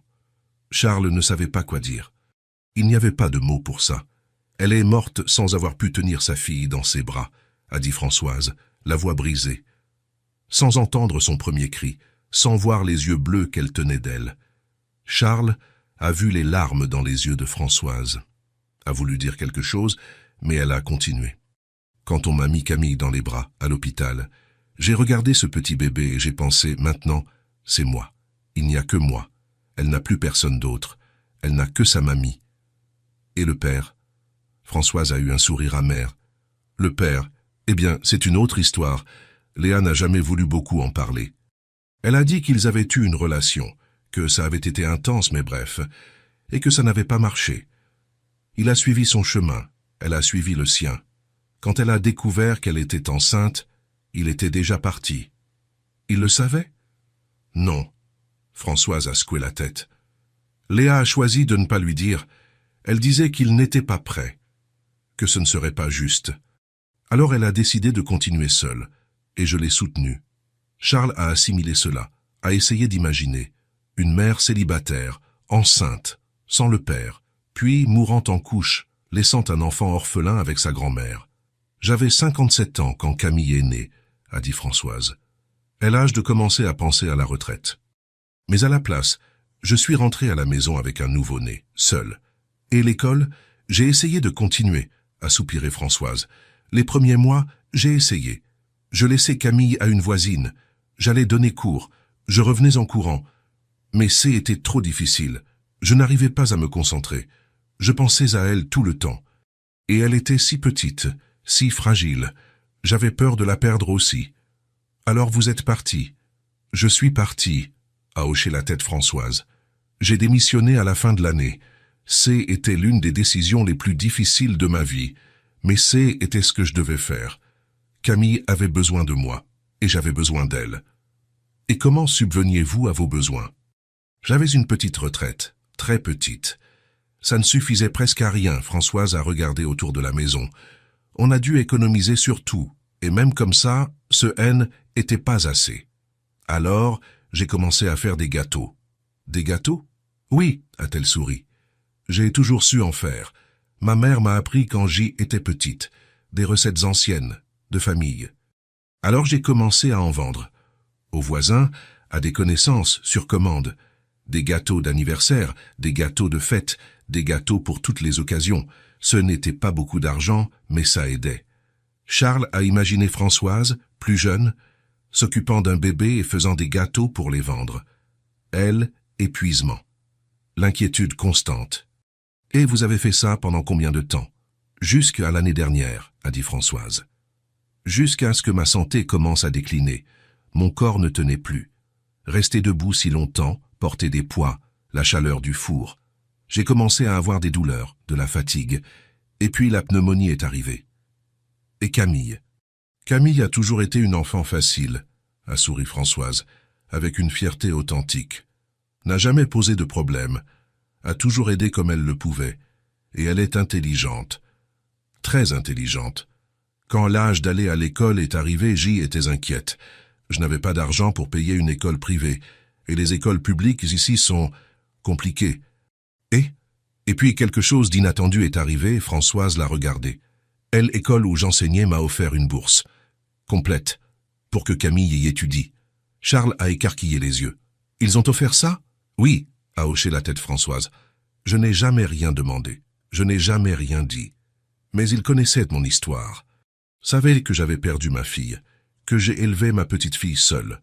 Et un jour, la directrice m'a appelé, a dit qu'ils avaient une place, que Camille pouvait étudier là-bas sans rien payer. C'était un beau geste. Oui, Françoise avait de nouveau les larmes aux yeux. Je n'ai jamais demandé, je ne m'y attendais jamais, mais ils connaissaient notre histoire. Et ils nous ont tendu la main. C'était tout pour nous. Une éducation de qualité, des professeurs qui me connaissaient, un endroit sûr pour Camille. Était la réponse à une prière. Charles a senti quelque chose se serrer dans sa poitrine, a pensé à tout ce que Françoise avait traversé, perdre sa fille, élever sa petite fille seule, renoncer à sa carrière, travailler jusqu'à ce que son corps n'en puisse plus, et malgré tout, garder sa dignité, garder la maison propre, garder Camille heureuse et en bonne santé. « Vous êtes une femme incroyable, » dit-il, sincèrement. Françoise a ri, gênée. « J'ai juste fait ce qu'il fallait faire. Je n'avais pas d'autre choix. Il y a toujours un autre choix. Vous avez choisi de rester. Choisi de prendre soin d'elle. Choisi de l'aimer. Ça vaut tout. » Françoise l'a regardé, les yeux brillants. « Merci. De dire ça, c'est la vérité. » Ils sont restés silencieux un moment, écoutant Camille jouer dehors, écoutant la vie suivre son cours. « Et maintenant, vous êtes entrés dans nos vies, » dit Françoise, doucement. « Et vous avez de nouveau tout changé. »« Je n'ai rien changé. »« Si, vous avez changé, » a-t-elle insisté. « Vous avez apporté la sécurité, la stabilité, la nourriture sur la table et les réparations dans la maison. Mais plus important que tout ça, elle a montré le dessin que Charles tenait encore. Vous avez apporté de l'amour, vous vous êtes soucié vraiment. » Charles a regardé le dessin, les traits maladroits. Les lettres soignées. « Tu es mon ami. Elle est spéciale. » Oui. Et elle vous voit de la même manière. Charles a plié le dessin avec soin, l'a mis dans la poche de sa chemise, près de son cœur. Je le garderai pour toujours. Je sais. Camille est revenue en courant à l'intérieur, en sueur, heureuse. « Tonton Charles, tu es encore là. »« Encore, » a-t-il souri. « Je pensais que tu ne voulais plus de moi. »« Je veux toujours de toi, » dit-elle, simplement, honnêtement. Et à ce moment-là, Charles a compris le poids de ce que Françoise avait dit. Camille lui avait donné son cœur, complètement, sans réserve. Elle lui faisait confiance, dépendait de lui, l'aimait, et il l'aimait en retour. Ce n'était plus une enfant qu'il aidait par pitié ou par obligation. Était quelqu'un qui faisait partie de lui maintenant, quelqu'un qui comptait plus que les réunions, plus que l'argent, plus que tout ce qu'il avait jugé important auparavant. « Viens jouer avec moi dehors », a demandé Camille en tirant sa main. « Il commence à faire nuit. Juste un petit peu. »« S'il te plaît ?» Charles a regardé Françoise. Elle a hoché la tête en souriant. « Allez-y. Je range ici. » Il s'est levé et a laissé Camille le tirer dehors. Ils ont joué dans le jardin jusqu'à ce que la nuit tombe complètement. Camille lui montrait les fleurs, les cailloux qu'elle avait trouvés, la fourmi qui portait une feuille 3 fois plus grande qu'elle. Et Charles prêtait attention, à tout, parce que chaque instant comptait. Quand il est parti, ce soir-là, déjà tard, il a mis la main dans la poche de sa chemise, a senti le dessin, plié, gardé. « Tu es mon ami. » Et il a conduit jusqu'à chez lui en souriant, parce que pour la première fois de sa vie, Il savait exactement où était sa place. Et avec qui? C'est un samedi après-midi que la question est finalement sortie. Charles aidait Françoise à ranger l'étagère du salon. Camille y avait joué plus tôt et avait mis les livres en désordre. Il prenait chacun d'eux, enlevait la poussière, le remettait à sa place. C'est alors que ses yeux se sont posés sur une photographie. Elle avait toujours été là. Depuis la première fois qu'il était entré dans cette maison, mais il n'y avait jamais vraiment prêté attention. Ce N était qu'une photo parmi tant d'autres. Mais maintenant, la tenant dans sa main, il a regardé. Une jeune femme, une vingtaine d'années, des cheveux blonds clairs, presque de la même teinte que ceux de Camille, des yeux bleus et brillants, un large sourire. Elle était dans un parc, assise sur un banc, le soleil frappant son visage. Il y avait quelque chose de familier dans ce visage, quelque chose qu'il n'arrivait pas à identifier. Mais ça le dérangeait, comme un mot sur le bout de la langue. Qui était la mère de Camille? A-t-il demandé en regardant toujours la photo. Le silence qui a suivi a été lourd. Charles a levé les yeux. Françoise était debout au milieu du salon, un livre à la main, le visage pâle. Elle le regardait avec une expression qu'il n'arrivait pas à déchiffrer. La peur, l'attente, la résignation. « Françoise » l'a-t-il appelée doucement. Elle a respiré profondément, a posé le livre sur l'étagère lentement, puis l'a regardé. « Léa » dit-elle, la voix basse. « Ma fille. » Elle s'appelait Léa. Charles a hoché la tête, a de nouveau regardé la photo. Elle était belle. Elle l'était, a acquiescé Françoise. À l'intérieur, comme à l'extérieur. Elle est restée silencieuse un moment. Puis, à pas lents, a traversé le salon jusqu'à lui, a pris la photo de ses mains, a regardé sa fille avec un tel amour et une telle douleur que Charles a senti sa poitrine se serrer. Elle a pris cette photo 2 mois avant de mourir, a dit Françoise. Elle était enceinte de 5 mois ici. On ne le voit pas avec ses vêtements amples, mais elle l'était, et si heureuse. Malgré tout, elle était heureuse. Charles a regardé la photo avec plus d'attention, a essayé de voir des signes de la grossesse, mais tout ce qu'il voyait, c'était le sourire, ce sourire qui semblait familier. « Je peux vous poser une question ?» dit-il, hésitant. « Oui. Vous avez dit que le père ne savait pas, que Léa avait choisi de ne pas lui dire. »« Oui. » »« Pourquoi ?» Françoise l'a regardé, puis la photo, puis de nouveau lui. Et Charles a vu le moment exact où elle s'est décidée, a décidé de dire la vérité, parce qu'elle savait qu'il n'était pas prêt. Comment le savait-elle? Parce qu'elle le connaissait bien, et savait qu'il avait d'autres projets, d'autres rêves. Il voulait grandir, construire un empire, faire fortune. Un enfant ne faisait pas partie de ses plans. Charles a senti quelque chose d'étrange dans sa poitrine, un pressentiment, une peur. Françoise, elle l'a rencontré dans un café, a poursuivi Françoise, la voix ferme maintenant, décidée à finir ce qu'elle avait commencé. Il était jeune, ambitieux, déterminé. Elle était rêveuse, douce, tranquille. C'étaient des opposés qui s'attiraient, ils s'aimaient, beaucoup. Mais ils se disputaient aussi, beaucoup. Le cœur de Charles a commencé à battre plus vite. Il voulait réussir dans la vie, construire quelque chose de grand, travailler sans relâche jusqu'à atteindre le sommet. Elle voulait la paix, une vie simple, des enfants, un jardin, du temps pour respirer. « Françoise » a répété Charles, sa voix sortant étrangement. Ils se sont séparés après 6 mois. Françoise l'a regardé droit dans les yeux. Il a dit qu'il ne pouvait pas rester, qu'il avait de grands projets, qu'elle méritait quelqu'un qui voulait les mêmes choses qu'elle. Alors il est parti. Non, Charles a secoué la tête, mais il ne pouvait pas s'arrêter de écouter. 2 semaines plus tard, elle a découvert qu'elle était enceinte, m'a poursuivi Françoise. Elle a pensé à le lui dire, a pris le téléphone plusieurs fois, mais a toujours renoncé, parce qu'elle savait qu'il n'en voudrait pas, qu'il offrirait de l'argent peut-être, mais qu'il ne resterait pas. Et elle ne voulait pas élever un enfant comme ça, avec un père obligé. Charles sentit ses jambes flageoler, s'assit sur le bord du canapé. Son nom, sa voix a failli. Quel était son nom? Françoise n'a pas répondu, l'a juste regardé, et Charles a vu la réponse dans ses yeux. Non, a-t-il répété, mais sans conviction. Françoise s'est retournée et a pris une autre photo de l'étagère, une qui était plus cachée, derrière les autres.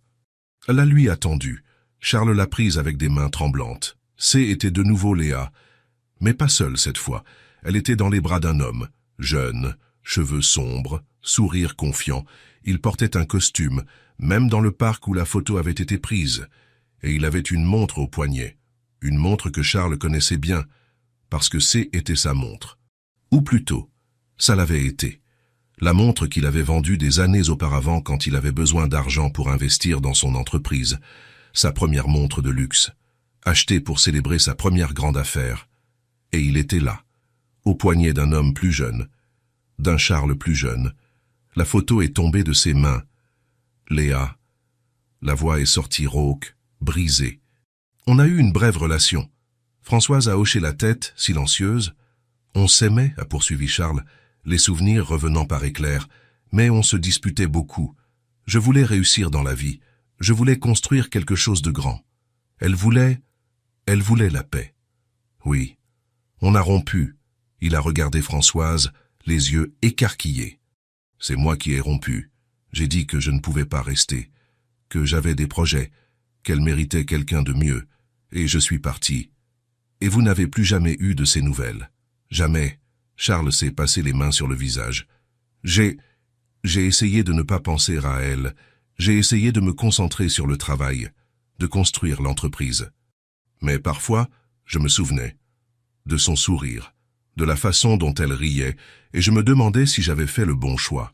Françoise s'est assise à côté de lui sur le canapé. Elle savait que vous n'étiez pas prêt, dit-elle gentiment. C'est pour ça qu'elle a préféré ne pas vous chercher. Elle ne voulait pas vous forcer, ne voulait pas que vous restiez par obligation. Charles la regarda, puis ses propres pieds, puis la photo tombée par terre, Léa souriante, le jeune Charles souriant. Et puis il a regardé le couloir, la chambre où Camille jouait, a entendu son rire, sa voix chantant doucement. Camille? Sa voix n'était qu'un murmure. Camille est ma fille. Ce N n'était pas une question. C était une affirmation. Une vérité qui lui est tombée dessus comme une tonne de briques. Françoise n'a rien dit, l'a juste regardé, et a hoché la tête, lentement, confirmant. Charles s'est levé, a un peu chancelé, s'est appuyé au mur. J'ai besoin d'air. Charles, j'ai juste besoin d'un moment. Il est sorti, rapidement, sans regarder en arrière, est monté dans sa voiture et a conduit, sans destination, a juste conduit. Les larmes sont venues en chemin. Il s'est garé dans une rue déserte et a pleuré pour Léa, pour tout ce qui aurait pu être et n'a pas été, a pleuré pour Camille, pour l'enfance qu'elle a eue sans père, a pleuré pour lui-même, pour 7 années perdues, 7 ans. Sa fille avait 7 ans, et il ne le savait pas. Elle n'était pas là quand elle est née, elle n'était pas là pour ses premiers pas, ses premiers mots, son premier jour d'école. Pour rien, il avait tout manqué. Les jours suivants ont été un brouillard. Charles n'est pas retourné chez Françoise, n'a pas répondu aux appels, ni aux messages, est resté dans son appartement, seul, à réfléchir, à penser à Léa, à leur dernière conversation, à la façon dont elle l'avait regardé quand il avait dit qu'il partait. Il y avait de la tristesse, mais aussi de la compréhension, comme si elle savait déjà que ça finirait comme ça, à penser à Camille, à chaque moment qu'ils avaient en partagé, les dîners, les devoirs, la glace à la vanille, les histoires avant de dormir, le dessin. Tu es mon ami. Sa fille lui avait fait un dessin, l'avait appelé son ami, lui avait fait confiance, l'avait aimé, et il ne le savait même pas, et maintenant, il le savait. Et maintenant, le 3e jour, Françoise a de nouveau appelé. Cette fois, il a répondu « Charles ». Françoise. « Vous allez bien ?»« Non », a-t-il été honnête. « Pas du tout. Je comprends. »« Camille ?» Elle a demandé après moi. Il y a eu une pause. Puis Françoise a dit, doucement, « Tous les jours. » Elle ne comprend pas pourquoi vous avez arrêté de venir. Elle pense qu'elle a fait quelque chose de mal. Charles a fermé les yeux. La douleur était physique. Elle n'a rien fait de mal. Je le sais, et vous le savez. Mais elle ne le sait pas. Qu'est-ce que je dois faire, Françoise? Vous revenez, dit-elle, simplement. Vous revenez et vous décidez ce que vous voulez. Mais décidez vite, parce qu'elle souffre. Charles a raccroché, est resté à regarder le Le dessin qu'il avait encadré et posé sur sa table de chevet, « Tu es mon ami ». Le 4e jour, il a pris sa décision, s'est levé, a pris une douche, s'est préparé et a conduit jusqu'à la maison de Françoise, a frappé à la porte. Françoise a ouvert, l'a regardé avec un mélange de soulagement et d'inquiétude. « Elle est dans sa chambre », a-t-elle dit. « J'ai besoin de vous parler d'abord. » Françoise a hoché la tête. Ils se sont assis dans le salon, le même endroit où tout avait commencé. Où il avait vu Léa sur la photo pour la première fois sans savoir qui elle était vraiment. Charles a respiré profondément, a regardé Françoise et a parlé.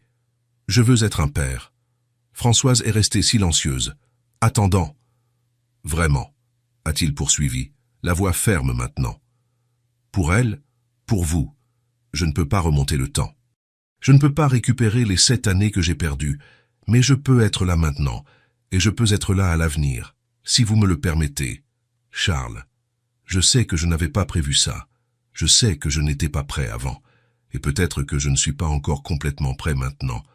Mais je veux essayer, je veux être le père qu'elle mérite. Même si c'est tard, même si je ne sais pas vraiment comment faire, je veux essayer. » Françoise avait les larmes aux yeux. « Et vous allez le lui dire ?»« Oui, » a-t-il hoché la tête. « Quand le moment sera venu, quand elle sera prête. Mais pour l'instant, je veux juste être là pour elle, de la manière dont elle a besoin. » Françoise a tendu la main et a pris la sienne, l'a serrée avec force. « Elle vous a déjà accepté, dit-elle, la voix étranglée par l'émotion. Vous l'avez vu. Elle vous aime déjà. Il ne manque plus que vous vous autorisiez aussi. Vous autorisez à l'aimer en retour.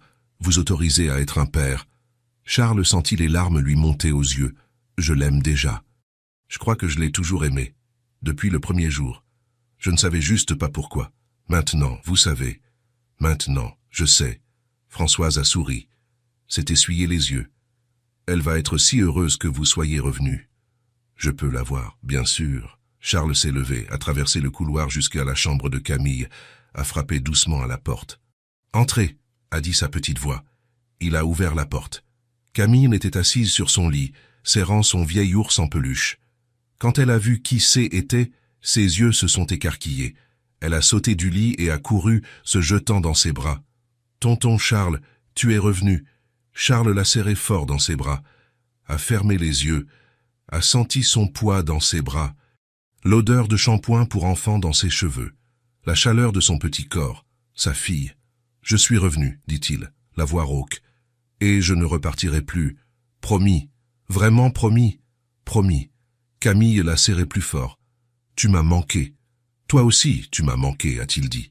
Et ci était vrai, la vérité la plus pure qu'il ait jamais dite. » Ils sont restés ainsi un long moment, dans les bras l'un de l'autre, père et fille, même si elle ne le savait pas encore. Mais un jour, elle le saurait. Et quand elle le saurait, Charles serait là, pour toujours. 3 mois après la révélation, Charles a garé sa voiture devant la petite maison et a klaxonné 2 fois. Françoise et Camille sont sorties, curieuses. Il leur avait demandé de se préparer sans dire pourquoi, juste que était une surprise. « On va où ?» a demandé Camille en montant dans la voiture. « Tu vas voir », a dit Charles en souriant.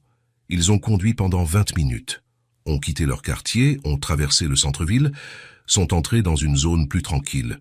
Des arbres sur les trottoirs. Des maisons avec des jardins. Des enfants jouant dans la rue. Charles s'est arrêté devant une maison. Pas immense, pas un manoir. Mais jolie, accueillante, de plain-pied, peinte en blanc, avec des détails bleus. Un jardin devant avec une pelouse verte et de l'espace pour planter. Un porche avec des fauteuils à bascule, de grandes fenêtres. « C'est ici », dit-il en coupant le moteur. « Ici quoi ?» a demandé Françoise. La surprise. Ils sont sortis de la voiture. Charles a pris une clé de sa poche et a ouvert le portail, puis a ouvert la porte d'entrée. « Vous pouvez entrer. » Camille est entrée la première, en courant. S'est arrêtée au milieu du salon vide, regardant tout avec des yeux écarquillés. Le salon était spacieux, avec un parquet clair. De grandes fenêtres inondèrent la pièce de lumière naturelle. On pouvait voir le jardin arrière à travers la porte-fenêtre. « C'est si beau », a dit Camille, émerveillée. Françoise est entrée plus lentement, regardant tout avec attention, Charles, qu'est-ce que c'est? Notre nouvelle maison, dit-il simplement. Le silence est tombé. Françoise l'a regardé, confuse. Comment ça? Je l'ai acheté. Pour nous trois. Vous avez acheté une maison? Oui, a-t-il hoché la tête. Il y a 3 chambres. Une pour vous, une pour Camille, une pour moi. 2 salles de bain. Et une grande cuisine, pleine de lumière, parfaite pour faire des gâteaux. Françoise a porté la main à sa bouche. Ses yeux se sont remplis de larmes. Charles, vous n'aviez pas... Je sais, mais je le voulais, dit-il, fermement. Votre maison est trop petite. Il y a des infiltrations, des choses cassées, et je veux que vous ayez plus.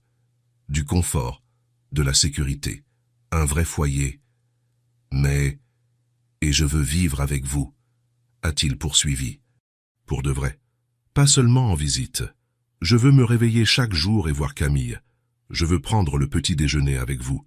Je veux l'aider à faire ses devoirs tous les soirs. Je veux faire partie de la routine. Complètement. Camille avait cessé d'explorer. Elle était plantée au milieu du salon, en train de écouter. Puis elle a couru vers Charles et l'a serré par la taille. « On va vivre ensemble? Oui, si vous le voulez. Je veux, a-t-elle crié en sautant. Je le veux vraiment. Charles a regardé Françoise. Elle pleurait silencieusement. Françoise, je ne sais pas quoi dire. Dites oui. Elle a laissé échapper un rire mouillé, s'est essuyé les yeux. Oui, bien sûr que oui. Camille a de nouveau crié et est partie en courant explorer toute la maison. Venez, a dit Charles en tendant la main à Françoise. Laissez-moi vous montrer. Il l'a guidée à travers la maison. Lui a montré la cuisine en premier. Spacieuse, des plans de travail en granit blanc, des placards neufs, une grande fenêtre au-dessus de l'évier. La lumière naturelle entrait de partout. Il y a de la place pour tout ce dont vous avez besoin, a-t-il dit. Batteur, moule, casserole, et regardez ici. Il a ouvert une porte, un cellier, pour stocker les ingrédients, la farine, le sucre, tout. Françoise a passé la main sur le plan de travail. S'est imaginé en train de faire des gâteaux ici. C'est parfait. Il lui a montré sa chambre ensuite, au bout du couloir, spacieuse, avec un petit dressing et une salle de bain privée. J'ai pensé à vous quand j'ai vu cette chambre, a dit Charles. Il y a la salle de bain à l'intérieur, plus d'intimité. Et regardez la fenêtre. Elle donne sur le jardin arrière. Françoise a regardé par la fenêtre. A vu des arbres, de l'espace, de la verdure. Charles, c'est trop. Non, c'est ce que vous méritez. Puis il a montré la chambre de Camille, de taille moyenne, avec une grande fenêtre aussi. Les murs blancs, attendant de être peints. J'ai pensé que Camille pourrait choisir la couleur, a-t-il dit, et on la décorera comme elle le voudra. Des dessins au mur, des étagères pour les livres, ce qu'elle préférera. Elle va adorer. Sa chambre à lui était de l'autre côté du couloir. Simple, il n'avait pas besoin de beaucoup. Ils ont terminé la visite dans le jardin arrière. Il était grand. Une large pelouse, quelques arbres, un espace parfait pour jouer. Et dans un coin, un parterre vide qui attendait. J'ai pensé qu'on pourrait planter des fleurs ici, a dit Charles. Des roses, comme celles que vous aviez. Et d'autres aussi. Camille pourra choisir, pourra aider à planter. Ce sera son jardin. Françoise pleurait de nouveau. Vous avez pensé à tout. J'ai essayé, a-t-il souri. Je veux qu'ici soit un vrai foyer. Pour vous. Pour nous. Camille est apparue en courant, tout en sueur. Tonton Charles, ma chambre est immense, et il y a un dressing. Maintenant, oui, a-t-il ri. Et on va le remplir de nouveaux vêtements. Et je peux la peindre en jaune? Tu peux la peindre de la couleur que tu veux. Elle a sauté de joie. 2 semaines plus tard, ils ont déménagé. Ils n'avaient pas grand-chose à emporter de l'ancienne maison. Quelques meubles, des vêtements, des objets personnels. Charles avait acheté de nouveaux meubles pour la maison. Des lits, un canapé, une table à manger, mais il a laissé Françoise tout choisir. Les couleurs, les styles, ce qu'elle jugeait le mieux. C'est notre maison, a-t-il dit. C'est vous qui décidez. Françoise a tout choisi avec soin. Rien de trop cher, rien d'exagéré, mais joli, accueillant. Avec un air de foyer, la chambre de Camille a été peinte en jaune clair. Elle a aidé, bien sûr. A tenu le rouleau, a peint le mur en tirant la langue, concentrée. A sali tous ses vêtements. C'est plus peinte elle-même que le mur. avait de la peinture dans les cheveux, sur le visage, sur les bras, mais a ri tout le temps. « C'est la plus belle chambre du monde », a-t-elle dit. « Oui, c'est vrai », a convenu Charles en nettoyant une tache de peinture sur sa joue. Ils ont installé des étagères pour les livres, un bureau pour faire les devoirs, des décorations qu'elle a choisies. Était sa chambre. Complètement la sienne. La cuisine est devenue le royaume de Françoise. Elle a passé la première journée à tout organiser, mettant chaque chose à sa place, testant le four, manipulant les nouvelles casseroles, ouvrant et fermant les placards. Et puis, le troisième jour, dans la nouvelle maison, elle s'est remise à faire des gâteaux. L'odeur a envahi toute la maison. Gâteau au chocolat, le premier d'une longue série. Camille a aidé, bien sûr, à casser les œufs en renversant un peu sur le plan de travail, à tamiser la farine, créant un nuage blanc qui est resté en suspens, à mélanger la pâte, à lécher la cuillère, à sali toute la cuisine, laissant de la farine sur chaque surface. Mais Françoise s'en fichait, elle riait. Ria d'une manière que Charles n'avait pas vue depuis longtemps. « Tu es heureuse, mamie ?» a demandé Camille, avec de la farine sur le nez. « Très heureuse, mon amour. »« Moi aussi. » Il a planté avec Camille dans le jardin un samedi matin. Ils ont acheté des plants de roses, de marguerites, de tournesols. Camille a choisi chacun d'eux au magasin, prenant son temps, analysant les couleurs. Et ensemble, à genoux dans la terre, ils ont planté. Elle creusait les petits trous. Il mettait les plants. Elle jetait de la terre. Il arrangeait. S'est sali les mains, le visage, la robe. Mais n'arrêtait pas de sourire. Elles vont pousser, hein, tonton Charles? Oui. Et on s'en occupera ensemble. On les arrosera tous les jours. On les verra devenir grandes et belles. Promis? Promis. Les soirées sont redevenues une routine. Dîner ensemble, tous les trois à la table de la nouvelle cuisine. Puis les devoirs dans le salon. Charles assis à côté de Camille, l'aidant en mathématiques, corrigeant son français. Et chaque soir, avant de dormir, il lui lisait des histoires. Dans sa chambre jaune, avec elle blottie sous la couverture, serrant son vieil ours en peluche. « Encore une histoire » demandait-elle toujours. « On en a déjà lu 3, juste une de plus, la dernière. » Et il cédait toujours, parce qu'il savait qu'il avait des années à rattraper. Des années d'histoire qu'il n'avait pas lues. Elle ne connaissait pas encore toute la vérité, ne savait pas encore qu'il était son père. Charles et Françoise avaient décidé d'attendre le bon moment, ne pas se presser, laisser les choses se faire naturellement. Mais Charles savait qu'elle le saurait bientôt, et il était prêt.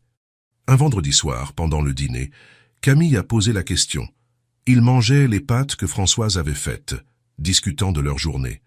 Camille a parlé de elle école, de son amie Sophie, du contrôle de maths qu'elle avait bien réussi.